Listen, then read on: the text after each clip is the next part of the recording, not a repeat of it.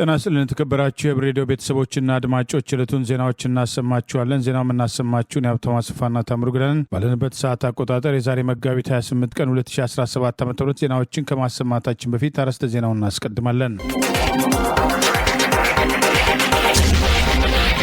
የፋኖ የተቀናጀ ጥቃትና የአገዛዙ ጦር መክዳት፣ ጌታቸው ረዳና ስጋቱ፣ የአብይ ኮሚሽንና የሞርተር ጥቃቱ፣ የአገዛዙ ዕዳ ማሻቀብ፣ ፖለቲካ እስረኞች መጋዝ፣ ዛሬም እገታ፣ ሽመልስ አብዲሳ፣ ሞቃዲሾ ጥቃት፣ እስራኤልና እንግሊዝ የሚሉና ሌሎችም ወቅታዊ ዜናዎች አሉን። ዝርዝሩን እነሆ።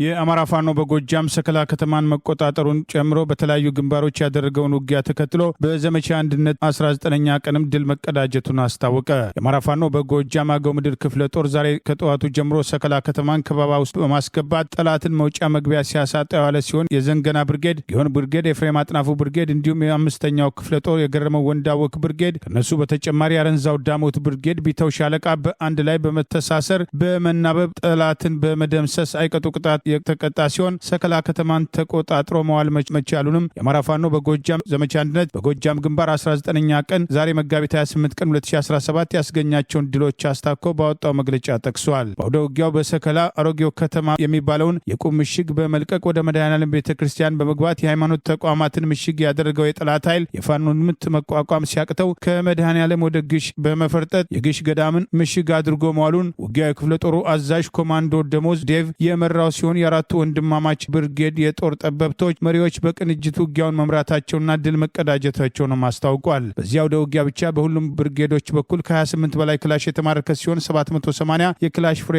መማረካቸውን፣ 2 ባንዳ ሚሊሻዎች የተማረኩ ሲሆን ከ27 በላይ መደምሰሳቸውን፣ ከ20 በላይ መቁሰሉንም አስታውቋል። በሌላ ግንባር የጎጃም አገው ምድር ክፍለ ጦር ቢተወደድ መንገሻ ጀንበሬ ብርጌድ ጠላት ከዳንግላ በመነሳት ወደ ዘለሳ በማቅናት ህብረተሰቡን በግድ በመሰብሰብ የተለመደ ፋኖን የማጥላላት ስራ ሰርቶ ሲመለስ የቢተወደድ መንገሻ ልጆች ዘላሳ ላይ ደፈጣ በመያዝ ጠላትን ክፉኛ የመቱት ሲሆን በዚህም 5 ባንዳ የአድማ ብተናና ሚሊሻ ወዲያው ሲደመሰሱ በርካታ ባንዳ ሚሊሻና አድማ ብተና አባላት ቆስለው ወደ ዳንግላ ሆስፒታል መግባታቸውን መግለጫው አስታውቋል። በሌላ ግንባር የአማራ ፋኖ በጎጃም ራስ ቢተወደድ መንገሻ አትኪም ክፍለ ጦርና አንደኛ ክፍለ ጦር በጋራ ጀብዱ መስራታቸውንም አስታውቋል። አርበኛ አለማየሁ ከቤና አርበኛ ገረመው እንዳወቅ እንዲሁም መሰል አርበኛ አባቶቻችን የፋሽስቱን ኃይል ይዞራ ቀበሌ ይዲቢ ተራራ ላይ በረፈረፉበት ቦታ ዛሬም የጀግኖች ልጆች ታሪክ ሲሰሩ መዋላቸውንም መግለጫው ጠቅሷል። ዛሬ መጋቢት 28 ቀን 2017 ዓ.ም ከሌሊቱ 10 ሰዓት ላይ መነሻውን ዴንሳ ባታ መድረሻውን ይልማና ዴንሳ ወረዳ ይዞራ ቀበሌ ሮብ ገበያ በማድረግ በወገን ኃይል ላይ ጥቃት ለመፈጸም የሞከረው የጠላት ኃይል የጣናው መብረቅ ብርጌድ አካል ቅንባባ ሻለቃና የሻለቃ ንሙት ያዛቸው ብርጌድ አካል ስንጥቅ ሻለቃ 3 ባደረጉት የተጣመረና የተናበበ ውጊያ ከጠዋቱ 12 ሰዓት ጀምሮ እስከ ቀኑ 8 ሰዓት ድረስ በተደረገው ትንቅንቅ ጠላት በተደጋጋሚ ለመቁረጥ ሙከራ ቢያደርግም ሁለቱ አይበገሬ የጣናው መብረቅና ሻለቃ ንሙት ያዛቸው ብርጌዶች በፈጸሙት ከፍተኛ ተጋድሎ ጠላት ላይ ከፍተኛ ሰብአዊና ቁሳዊ ኪሳራ ማድረሳቸውን ገልጿል። ከአዴት መሰቦ ካምፕ ዙ 23 ሞርተርና ተጨማሪ ኃይል በማንቀሳቀስ ሽፋን ሰጥቶ ሙትና ቁስለኛውን አግበስብሶ ጠላት የቀረ ኃይሉን ይዞ መፈርጠጡን ይኸው መግለጫ አስታውቋል። ከዚህ ጋር ተያይዞ በየመንገዱ የማህበረሰቡን ቤት በመክፈት ከፍተኛ ዝርፊያ መፈጸም የተለመደውን ብድና ተግባር የጠላት ኃይል መፈጸሙን ይኸው መግለጫ አስታውቋል። በሌላ ግንባር የአማራ ፋኖ በጎጃም 7ኛው ክፍለ ጦር የሆነው ሐዲስ ዓለማየሁ ክፍለ ጦር የተደላጓሉ ብርጌድ በዛሬው ዕለት ጠላት ወደ ጨንደፎ ሄዶ የቀድሞ ሚሊሻዎችን ለማፈን ያደረገውን እንቅስቃሴ የመብረቁ ብርጌድ ሽፋን ሰጥቶ ሲመልስ የነደጃዝማች ተደላጓሉ ብርጌድ ጃማ ላይ በመግባት ጠላትን ሲያስጨንቁሉ 6 በመደምሰስ 5 ማቁሰሉንም ይኸው መግለጫ አስታውቋል። በሌላ በኩል የጠላትን ድራማ ለማክሸፍ አንደኛ ክፍለ ጦር ልዩ ኦፕሬሽን አጠናክሮ የቀጠለ ሲሆን በባህር ዳር አዲሱ መናኸሪያ ተብሎ በሚጠራው አካባቢ ቦምብ በመጠቀም ብዙ አድማ ብተናዎችን መደምሰስ መቻሉ ተገልጿል። ጠላት እየገዳ ፋኖን መቀላቀሉን የጠቀሰው የአማራ ፋኖ በጎጃም ዛሬ ጠዋት 83 ሚሊሻዎች ከሁዲት በመክዳት በወገናችን ላይ ጦር አናነሳም በሚል ወርቅ አባይ ብርጌድን መቀላቀላቸውን ያስታወሰው መግለጫ በተመሳሳይ በዚህ ሳምንት ብቻ ከ15 በላይ ጠላት ኃይል የቀኝ ጌታ ወፍታዊ ንጉሴን ክፍለ ጦርን መቀላቀል ችሏል ሲል አስታውቋል። በእንዲህ እንዳለ ከአውደ ውጊያዎች በተጨማሪ ህዝባዊ ውይይቶች ተጠናክረው መቀጠላቸውን የአማራ ፋኖ በጎጃም ዛሬ ባወጣው በዚሁ መግለጫ ጠቅሷል። ህዝቡ ሆ ብሎ ወጥቶ የፋኖ ጉዳይ ነው ብሎ ከፋኖ ጋር በመልካም አስተዳደር በትግሉ ሁኔታ እየመከረ እንደሚገኝም ይኸው መግለጫ አስታውቋል። የትግራይ ክልል ጊዜያዊ አስተዳደር ፕሬዝዳንት አቶ ጌታቸው ረዳም የክልሉ መጻኢ ዕድልን መገመት ከማይቻልበት ደረጃ ላይ ተደርሷል አሉ።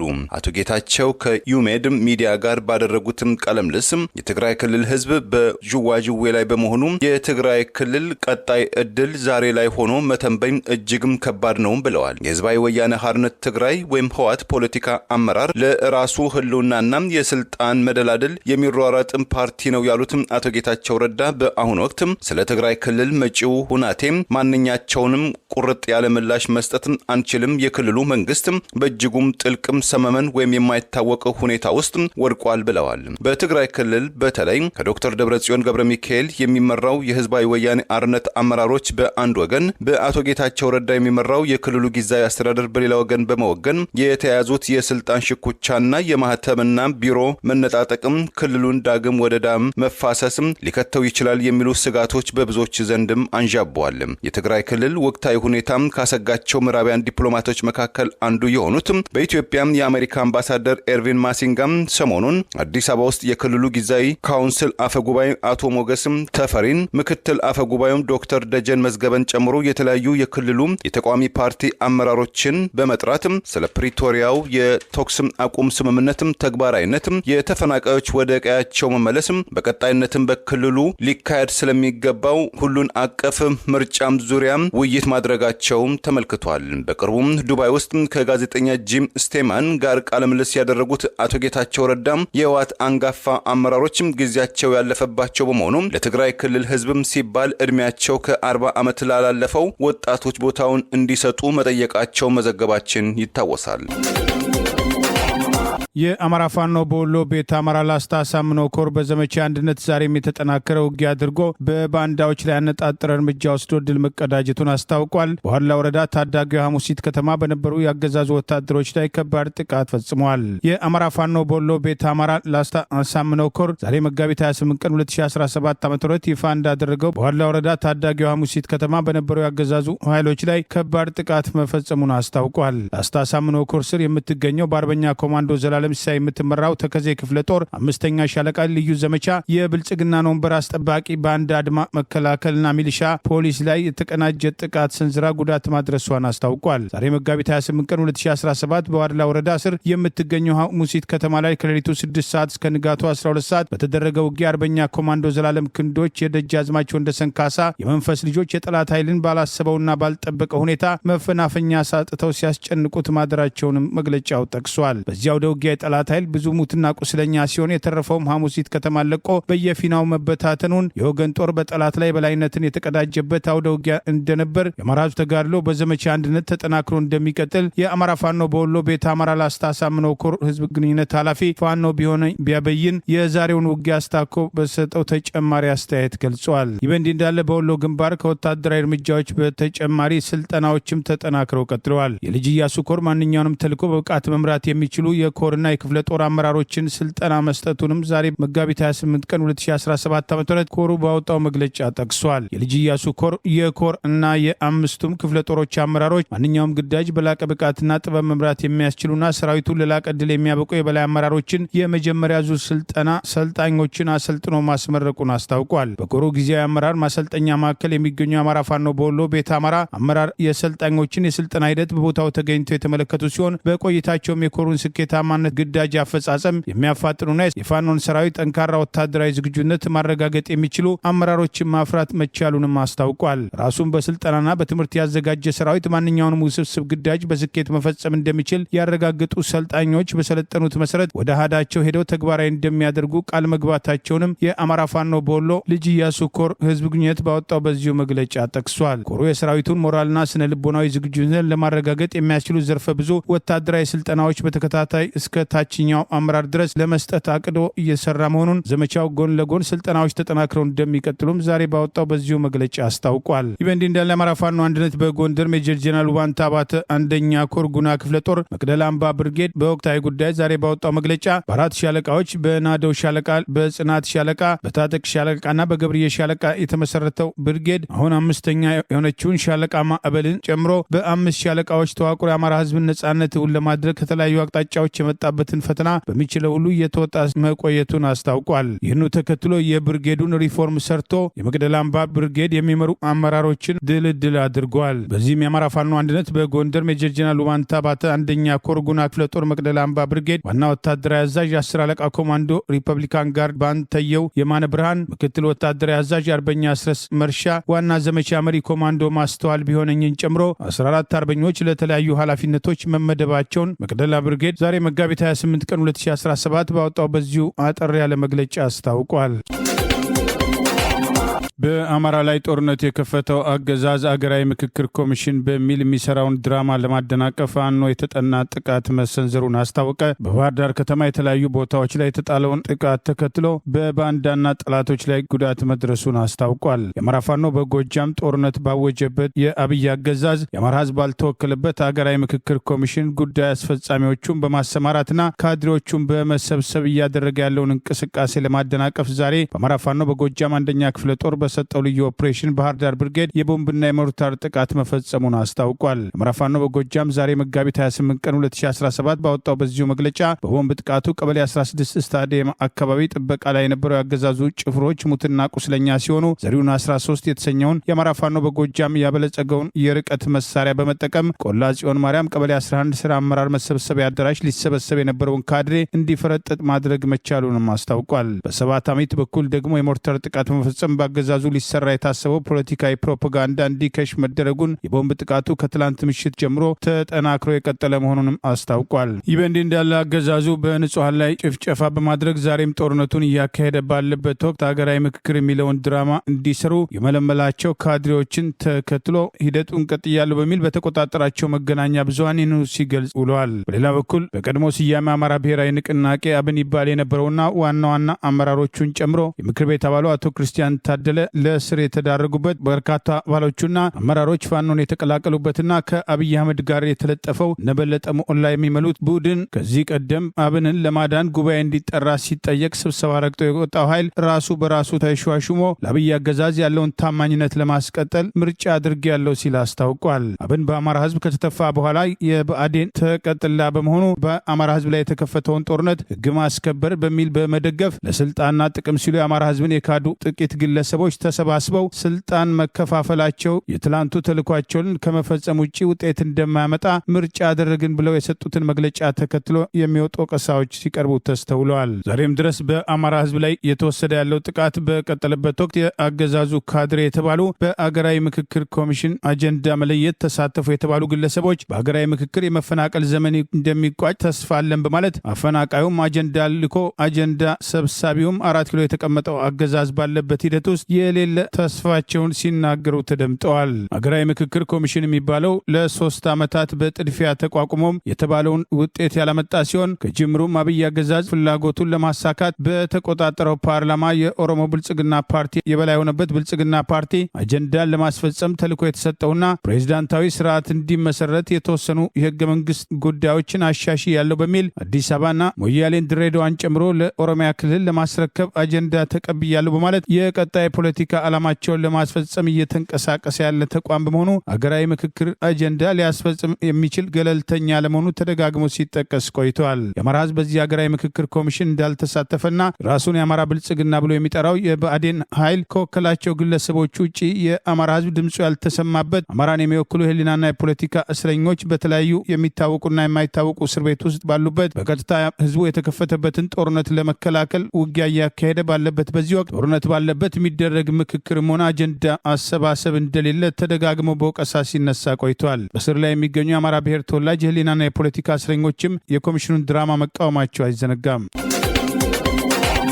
የኢትዮጵያ ፌዴራላዊ መንግስትም ከኢትዮጵያ ንግድ ባንክም ከ1 ትሪሊዮን ብር በላይ የተበደረው ዕዳ እንዳለበትም ተገለጸ። ባለፉት 15 ዓመታትም 92 በመቶ ብድር የተሰጠው ለመንግስት ተቋማት መሆኑን ተሰማ። የኢትዮጵያ ንግድ ባንክ የ2017 ዓ.ም በጀት ዓመትም የ8 ወራት የሥራ አስፈጻጸም በተመለከተም ለህዝብ ተወካዮች ምክር ቤት የመንግስትም ልማት ድርጅትም ቋሚ ኮሚቴ ባቀረበው ሪፖርት በአጠቃላይ ካለው የብድር ክምችት 1 ትሪሊዮን ብር ዕዳ የመንግስት መሆኑን አስታውቋል። አስታውቋል። ባለፈው መጋቢት 24 2017 ዓ.ም ለቋሚ ኮሚቴው ለህዝብም ተወካዮች ምክር ቤት አባላት የባንኩን የስራ አፈጻጸም ሪፖርት ያቀረቡት የባንኩ ፕሬዝዳንት አቶ አቢ ሳኖ እንደገለጹት የባንኩ የብድር ክምችት 1.393 ትሪሊዮን ብር መድረሱን ከዚህ መጠን ውስጥ 74.4 በመቶ ወይም 1 ትሪሊዮን ብር የመንግስት ዕዳ መሆኑን አቶ አቢም ገልጸዋል። ለፓርላማ የቀረበው የ8 ወራት አፈጻጸም ሪፖርት እንደጠቆመው የባንኩ ጠቅላላ የብድር ቦንድ ክምችት አውትስታንዲንግ ሎንስ ኤንድ ቦንድ መጠን ከ1.3 ትሪሊዮን ብር በላይ የተሻገረ ሲሆን ከዚህም ላይ የግል ተበዳሪዎችም ድርሻቸው ከ300 ቢሊዮን ብር በላይ መሆኑንም ኃላፊው ገልጸዋል። ከተገለጸው አጠቃላይ የብድር ክምችት መጠን በቦንድ የተወሰደ ብድር 66.7 በመቶ ያህሉ በመሸፈን የአብላጫውን ድርሻም ሲወስድ 27.62 ቢሊዮን ብር የተጠራቀመ ወለድ መሆኑም ተገልጿል። ንግድ ባንክ በበጀት ዓመቱ ያሳየውን የ8 ወራት የሥራ አፈጻጸም ሪፖርት ያቀረቡት ኃላፊው የኢትዮጵያ ንግድ ባንክ ባለፉት 15 ዓመታት የገበያ መር የፋይናንስ አቅርቦት ኮሜርሻል ፋይናንስ እየተወ ለመንግስት ትልልቅ ፕሮጀክቶች በትንሹ ወለድ ብድር ሲያቀርብ መቆየቱን አውስቶ እሳቸው ፕሬዝዳንት ሆነው ከመጡ ከ8 ዓመት ባንኩን ሲቀላቀሉ ከነበረው አጠቃላይ ብድር ለግል ዘርፉ የተሰጠው ብድር 8 በመቶ ብቻ መሆኑንም ገልጸዋል። የተቀረው 92 በመቶ በመንግስት የተወሰደ መሆኑን የገለጹት አቶ አቢ መንግስት ከወሰደው ብድር 98 በመቶ የሚሆነው የተሰጠው በ8 በመቶ የወለድ ምጣኔ ሲሆን የተቀረው 2 በመቶ ብቻ በ11 እና በ12 በመቶ የወለድ ምጣኔ የተሰጠ መሆኑንም አክለዋል። መንግስት በወሰደው ብድር ላይ 173 ቢሊዮን ብር ወለድ መጠራቀሙንና መንግስትም ግን ብድሩን ባያቃልልም ንግድ ባንክ ወለዱን መሰብሰቡም ታሳቢ ተደርጎ በየዓመቱ ግብርም ሲከፈል መቆየቱን አቶ አቢ ለህዝብ እንደራሴዎችም ገልጸዋል። ይሁንና ፕሬዝዳንቱ አክለውም ባቀረቡት ገለጻ መታወቅ ያለበት በዚህ ረገድ ለንግድ ባንክ የተሰጠው እርዳታ የለም። በዚህም ቦንድም መጽደቅ የባንኩን ገንዘብ መልሶ የሚከፍልበት ሁኔታ ነው የተበጀው። መንግስት በይፋም በበጀትም ታውጆ ግምጃ ቤት ገብቶ ብድሩን እንዲከፍልለት የሚያስችል ስርዓት ወይም ኮሚትመንት የተወሰደ ነው ብለዋል።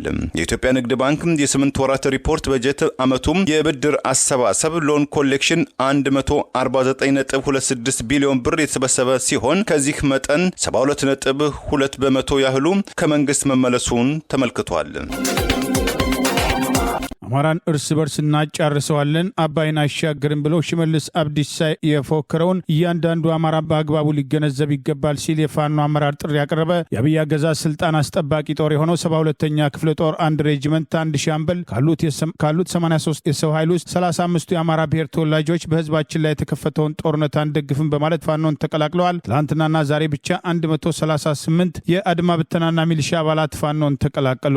በአማራ ህዝብ ላይ ጦርነት የከፈተው አገዛዝና በኦነግ ሸኔ ስም በተደጋጋሚ የአማራ ብሔር ተወላጆችን መንገድ እያፈነ የሚዘርፈውና የሚገድለው በሽመልስ አብዲሳ የሚመራው ኦሮሚያ ክልል እየፈጸማቸው ያሉ ድርጊቶችን ተከትሎ የፋኖ እንቅስቃሴ ያሰጋው አገዛዝ በተለይም ይኸው የኦሮሚያ ክልል ፕሬዝዳንት ሽመልስ አብዲሳ አማራ እርስ በርሱ ይዋጋል፣ ይጫረሳል፣ አባይን አይሻገርም በማለት በአደባባይ ያደረገውን ንግግር በመጥቀስ አማራዊ ግዴታችንን እንወጣ፣ ከጠላት ጋር የተሰለፉ የአማራ ብሔር ተወላጆች ካሉ አሁኑኑ ትግሉን ይቀላቀሉ በማለት ለቀሩ ኃይሎችም ጭምር ጥሪ ቀርበዋል። የአገዛዙ ጦር እየተናደ ፋኖን መቀላቀል ጀምረዋል። ትናንትናና ዛሬ ብቻ 138 የሚሊሻና አድማ ብተና አባላት ፋኖን ተቀላቅለዋል። የአማራ ፋኖ በጎጃም ምክትል ቃል አቀባይ ፋኖ ስቲበል አለሙ ዘሪሁን ሽመልስ አብዲሳ ትላንት ኮንፊውዝድም ወይም ኮንቬንስ አድርጎ ህዝባችንን እያሰቃየ ነበር፣ ዛሬም አማራን እርስ በርሱ እያባላሁት ነው፣ አትጨነቁ፣ እንኳን 4 ኪሎ አባይን አይሻገርም እያለ እየፎከረ ስለሆነ አማራ ሆኖ ከጠላት ወገን የተሰለፈ ዘመድ አዝማድ ካለን የትግሉን ጥልቀት በማስረዳት ከሽመልስ ጨዋታነት እናስወጣው፣ ማስከዳት ተጠናክሮ ይቀጥላል ሲል አስታውቋል። ሁሉም የአማራ ተወላጅ ፋኖን መቀላቀል ቀጥሏል ያለው ምክትል ቃል አቀባዩ ረቡዕ ገበያ የገባው አሸባሪ ራሱን መከላከያ ብሎ የሚጠራው የአብይ አገዛዝ ስልጣን አስጠባቂ ጦር 72ኛ ክፍለ ጦር አንድ ሬጅመንት አንደኛ ሻምበል 83 የሰው ኃይል ይዞ የገባ ሲሆን 35ቱ የአማራ ብሔር ተወላጆች በህዝባችን ላይ የተከፈተውን ጦርነት አንደግፍም፣ ህዝባችንን አንጨፈጭፍም በማለት 35ቱ አማራዎች ከርተው ዛሬ የመጨረሻው አማራ ምክትል ሻምበል መሪ 10 አለቃ መቻልና 10 አለቃ ሚዛሙ አወል የፋኖን እንቅስቃሴ ደግፈው በይፋ አባይ ብርጌድን መቀላቀላቸውን አስታውቋል። ትላንትና 30 ሚሊሻ ፋኖን የተቀላቀለ ሲሆን ዛሬ ጠዋት 83 የሚሊሻ አባላት ከሰዓት በኋላ 15 ሚሊሻና አድማ ብተና ፋኖን የተቀላቀሉ መሆናቸውን የጠቀሰው ምክትል ቃል አቀባዩ በትላንትናና በዛሬ ብቻ 138 አድማ ብተናና የሚሊሻ አባላት ፋኖን ተቀላቅለዋል። አብይ አህመድ በአማራ ህዝብ ላይ የከፈተውን ጦርነት ተከትሎ በ3 ወራት ውስጥ ትጥቅ አስፈታለሁ፣ አማራን 4 እና 5 ቦታ ከፋፍላለሁ፣ ከትጥቅ አልፎ ቀበቶና አስፈታለን በሚል ከ2 ዓመት በፊት በእብሪት ያወጀውን ጦርነት ተከትሎ በስልጣን አስጠባቂው ጦር ያሰበውን ውጤት አለማምጣቱን ምክንያት በማድረግ በባንዳ ሚሊሻና አድማ ብተናዎች አማራን እርስ በርስ እያዋጋ ስልጣኑን ለማስቀጠል ቆርጦ መነሳቱ ተደጋግሞ ሲጠቀስ የቆየ ሲሆን ይህንን ዓላማ የተረዱ የሚሊሻና የአድማ ብተና አባላት ወገናችንን አንጨፈጭፍን በማለት ጠላትን እያወገዙ ፋኖን መቀላቀላቸው ተጠናክሮ መቀጠሉ ማሳያ ነው ተብለዋል። ሰሞኑን በተመሳሳይ ከ50 በላይ የአድማ ብተና አባላት በወሎ ግንባር ፋኖን መቀላቀላቸው አይዘነጋም። በአገዛዙ በአማራ ማንነታቸው ሳቢያ ተይዘው ድብደባና ጥቃት የተፈጸመባቸውና ይህንኑ ለፍርድ ቤት ያስረዱ በተቃራኒው አገዛዙ ለፈጠራ ክሱ በተቆጣጠረው ፍርድ ቤት ሰሞኑን ያስፈረደባቸው የአማራ ብሔር ተወላጅ የፖለቲካ እስረኞች ወደ ዝዋይ እስር ቤት እንዲዛወሩ መደረጋቸው ቅሬታ አስነስተዋል። አንዳንዶች የሕክምና ቀጠሮ ያላቸው ጭምር እንደሆኑ ታውቋል። በነመላክ ምሳሌ መዝገብ 11 ሰዎች እነ ኤርሚያስ መኩሪያን ጨምሮ በቅርቡ በአገዛዙ የፈጠራ ክስ የስርዓቱ ጉዳይ አስፈጻሚ ሆነው ከአንጋሮ ችሎት ከ2 ዓመት ጀምሮ እስከ 6 ዓመት የተለያዩ ፍርዶችን ሰጠው በሚል ቅጣት ያሳለፈባቸው ሲሆን በተፈረደባቸው በአራተኛ ቀን ወደ ዝዋይ ትላንት መጫናቸውን አገዛዙ ለአማራ ያለውን ግልጽ ጥላቻ ያሳየ መሆኑን የጉዳቱ ሰለባዎች ድርጊቱን ያወገዙ ቢሆንም የሚሰማቸው ማጣታቸውን የፖለቲካና ሕሊና እስረኞቹን ጉዳይ የሚከታተለው ኦሎክሶን አንድነት በላከው ዘገባ አስታውቋል። ትላንት መጋቢት 27 ቀን 2017 ዓ.ም በነመላክ ምሳሌ መንግስቱ መዝገብ ተከሳሾች በአፓርታይዱ የኦህዴድ ብልጽግና የጭካኔ አገዛዝ የአማራ ማንነታቸው ብቻ እንደ ወንጀል ተቆጥሮ ከፍርድ ቤት ትዕዛዝ ሀገር አቀፍ ዓለም አቀፍ የሰብአዊ መብት አያያዝ ድንጋጌዎች ውጭ ተይዘው ለ1 ወር ገደማ በኦሮሚያ ክልል ገላን የክልሉ ልዩ ኃይል ማሰልጠኛ ውስጥ አስከፊና አሳዛኝ አፈና፣ እገታና ስወራ፣ ድብደባ ሲፈጸምባቸው የቆየና ይህንኑ ለፍርድ ቤቱ ያስረዱ ቢሆንም ፍርድ ቤቱ የደረሰባቸውን በደል በኢትዮጵያ ሰብአዊ መብቶች ኮሚሽን ጭምር የተረጋገጠ ቢሆንም ወደ ጎን በማድረግ የአገዛዙን የፈጠራ ክስ ብቻ በመቀበል ውሳኔ መስጠቱ ሰሞኑን መነጋገሪያ እንደነበር አይዘነጋም። ቀደም ሲል ዶክተር ዳንኤል በቀለ የሚመሩት በነበረው በኢትዮጵያ ሰብአዊ መብቶች ኮሚሽን ኢሰማኮ ምርመራ የተረጋገጠው በማንነታቸው ላይ ታፍነው ከታሰሩ በኋላ የተፈጸመባቸው የማሰቃየት ተግባር፣ እገታ፣ ስወራ፣ ድብደባ፣ ጸያፍ ስድብ፣ ጥላቻ፣ ማስፈራሪያና ዛቻ በምርመራ ስፌት የተፈጸመ በኦሮሚያ ክልል ገላን የኦሮሚያ ልዩ ኃይል ካምፕ ውስጥ እንደነበር በፍርድ ቤት በተደጋጋሚ የተጠቀሰ ቢሆንም የአገዛዙ አቃቤ ሕግ ያቀረበውን የፈጠራ ክስ ተከትሎ የካንጋሮ ችሎት ሰሞኑን የቅጣት ውሳኔ ያሳለፈ ሲሆን እነዚህ በተፈረደባቸው በአራተኛው ቀን ወደ ዝዋይ በግዳጅ እንዲሄዱ የተደረጉ የአማራ የፖለቲካ እስረኞች አገዛዙ እስረኞች ላይ የወሰደ ያለው ጫና ግልጽ ማሳያ መሆኑን ተገልጿል። ከዚያ ቀደም በርካታ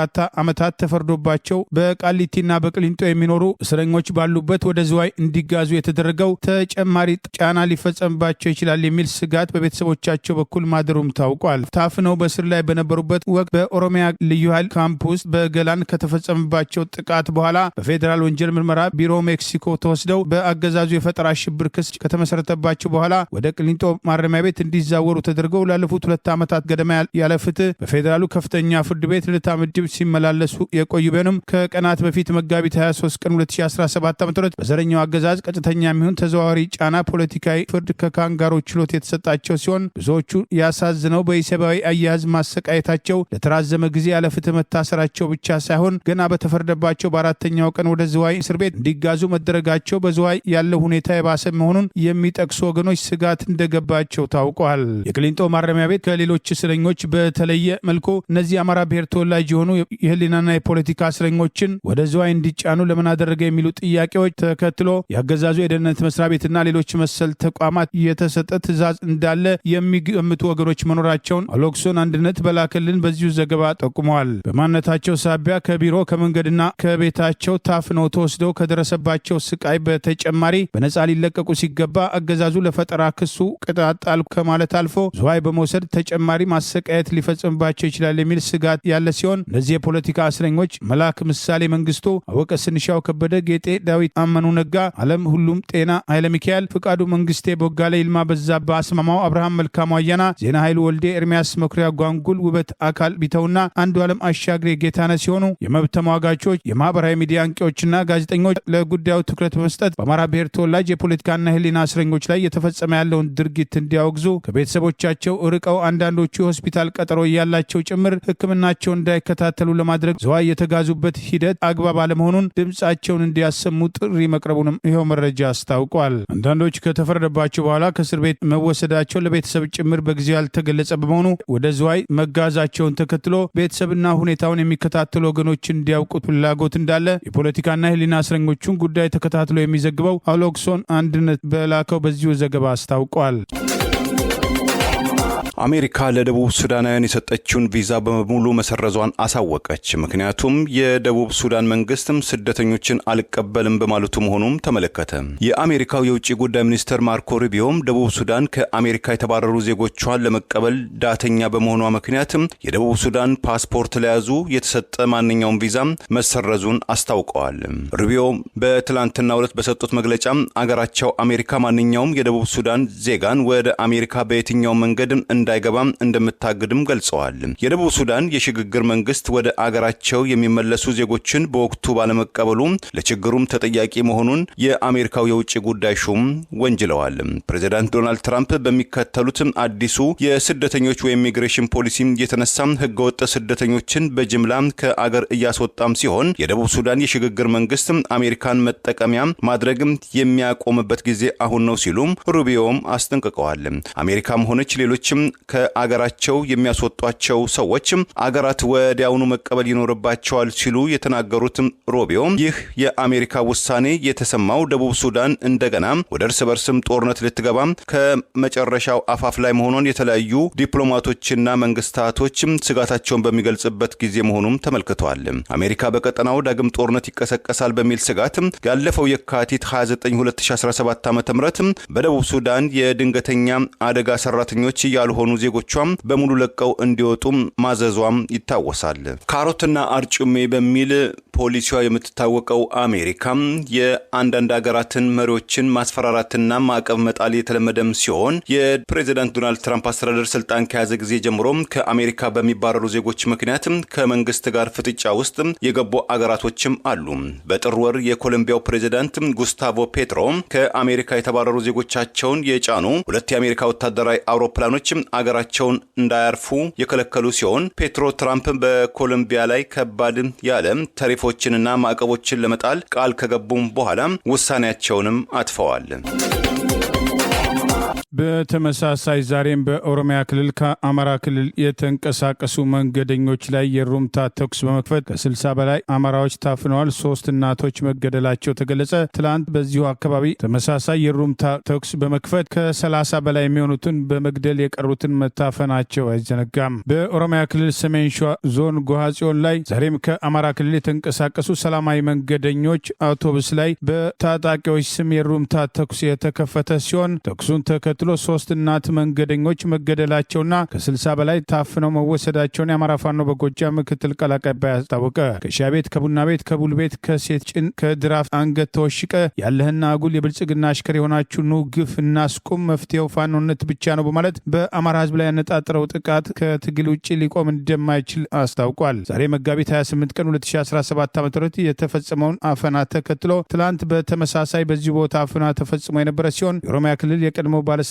የሰላም ሚኒስትር ዴኤታ የሆኑት በአገዛዙ ከስልጣን ወርደው ታስረው የተለቀቁት አቶ ታዬ ደንዳ በሰሜን ሸዋ የቀጠለው እገታ አንደምታው ዝምታው ለምን በማለት ጥያቄ አቅርበዋል። ሰሜን ሸዋ ኦሮሚያ ክልል እጅግ አደገኛ የእገታ ወንጀል ለዓመታት ቀጥሏል ያሉት አቶ ታዬ የዞኑ ነዋሪዎች በየተራ ከከተማና ከገጠር ይታገታሉ። እገታው በተመሳሳይ በመንገደኞች ላይም ሲፈጸም ዛሬ ደርሷል። ለታጋቾች ማስለቀቂያ በሚሊዮኖችና በመቶ ሺዎች ይጠየቃል። የቻለ ጥሪቱን ሸጦ ወይም ዘመድ አዝማድ አስቸግሮ በመክፈል ይለቀቃል። ክፍያው ደግሞ ከካሽ ባሻገር ባሻገር በባንኮች ጭምር እንደሚፈጸም የኢትዮጵያ ሰብአዊ መብቶች ኮሚሽን ኢሰማኮ ጭምር አረጋግጦ እንደነበር ጠቅሰዋል። መክፈል ያልቻለው እንደሚገደል ታውቋል ያሉት አቶ ታዬ በዚህ ምክንያት ብዙዎች ጥሪታቸውን በመንጠቅ ለከባድ ችጋር ተጋልጠዋል፣ በርካቶችም ህይወታቸውን አጥተዋል ሲሉ ገልጸዋል። ትናንትም በሰሜን ሸዋ ወረዳ ጃርሶ ወረዳ የተለመደው አሳዛኝ የእገታ ወንጀል መፈጸሙን ሰምተናል ያሉት አቶ ታዬ አንድ የመንገደኞች አውቶቡስ ላይ ተኩስ ተከፍቶ በርካቶች ሲቆስሉ ከ10 በላይ ንጹሐን ዜጎች መገደላቸው ተዘግበዋል። ታፍነው የተወሰዱ ስለመኖራቸው ይነገራል።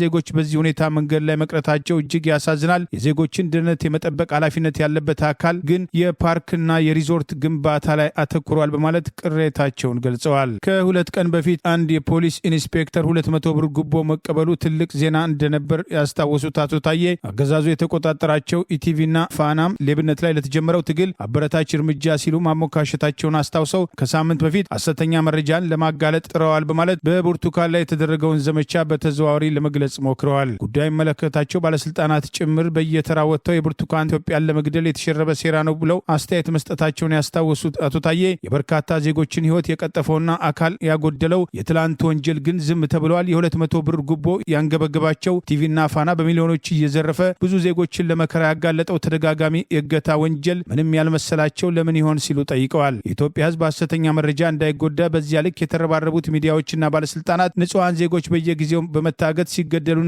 አካላቸውን ሲያጡ ለምን አያማቸውም? በድራማው የታሰበለት የኢትዮጵያ ህዝብ የትላንቱን ተጎጂዎች አያጠቃልልም እንዴ? በማለት ግፉን ተቃውሟል። ተጨማሪ ጥያቄዎች ያሉ ያሉት አቶ ታዬ ደንደአ መጠኑ ቢለያይም በኦሮሚያ የነዋሪዎች እገታ በየቦታው ተለምዷል። በሰላም ወጥቶ መግባት በአብዛኛው ቅንጦት ሆኗል። ሰላም ሳይረጋገጥበት ስለ ብልጽግና መስበክም ቀልድ ይሆናል። ይሁንና በዚህ ሁሉም ይመሳሰላል። በመንገደኞች እገታ ላይ ግን ግልጽ ልዩነት ይታያል። ከመንገዶች ሁሉ የጎጃም መስመር በዋናነት ተደጋጋሚ ጥቃቶች አስተናግዷል። የዚህ መስመር ላይ ብዙዎች ተዘርፈዋል። ለመከራ ሲጋለጡ በርካቶች ህይወታቸውና አካላቸውን አጥተዋል። ሚስጥሩ ምንድነው? አጋቹስ በትክክል ማን ይሆን? ተመሳሳይ ወንጀል በተደጋጋሚ ተመሳሳይ ቦታ ለምን ይፈጸማል? ኃላፊነት ያለበት አካልስ ለምን ዝም ይላል? በማለት ይህ አደገኛ ወንጀል በመንግስት ሚዲያ የማይዘገበው ስለምን? በእርግጥ የእገታው ዓላማ ገንዘብ ማግኘት ብቻ ነው ወይስ የፖለቲካ ቁማር አለበት? ምናልባት የፖለቲካ ቁማር ኖሮበት ዓላማው ኦሮሞና አማራን ለማጣላት ከሆነ ውጤቱ ማንን ይጠቅማል? ኢቲቪና ፋና ተረባርበው ለምን አላጋልጡም? በማለት በጥያቄ በጥቃቱ በሞቱ ማዘናቸውን በመጥቀስ የቆሰሉትም ፈጥነው እንዲድኑ እመኛለሁ ማለት ዋናው ጉዳይ ግን የፖለቲካ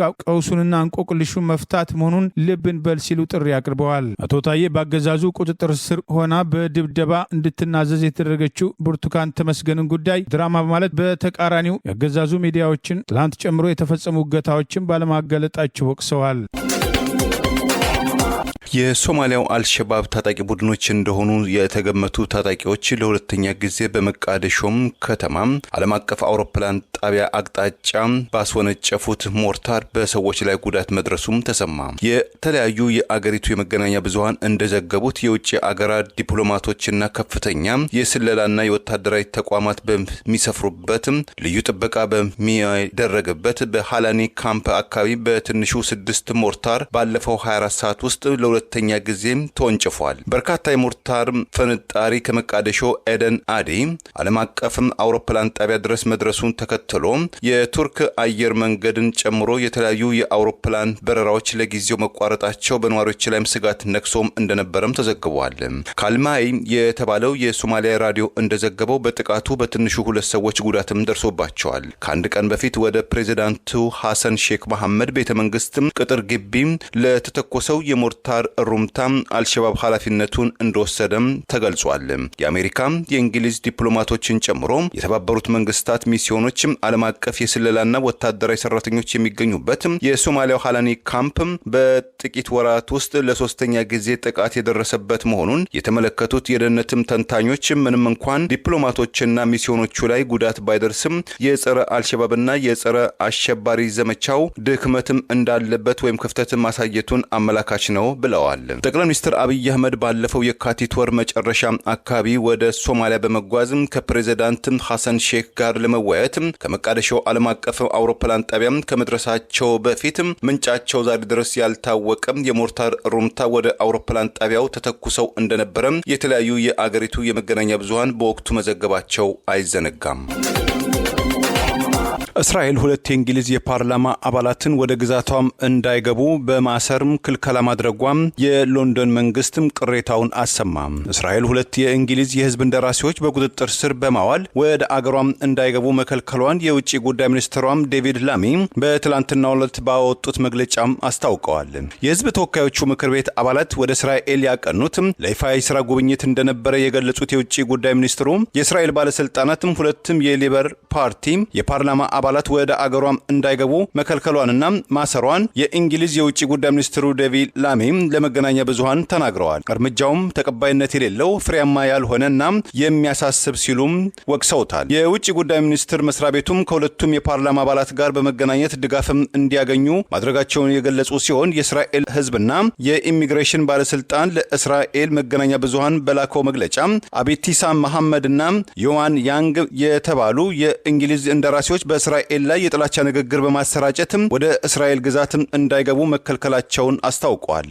በዚህም መልኩ የእንግሊዝ የፓርላማ አባላትን ማስተናገድም እንደማይቻል ለእስራኤል መንግስትም ባልደረቦቼም ግልጽም አድርጌያለሁም ብለዋል።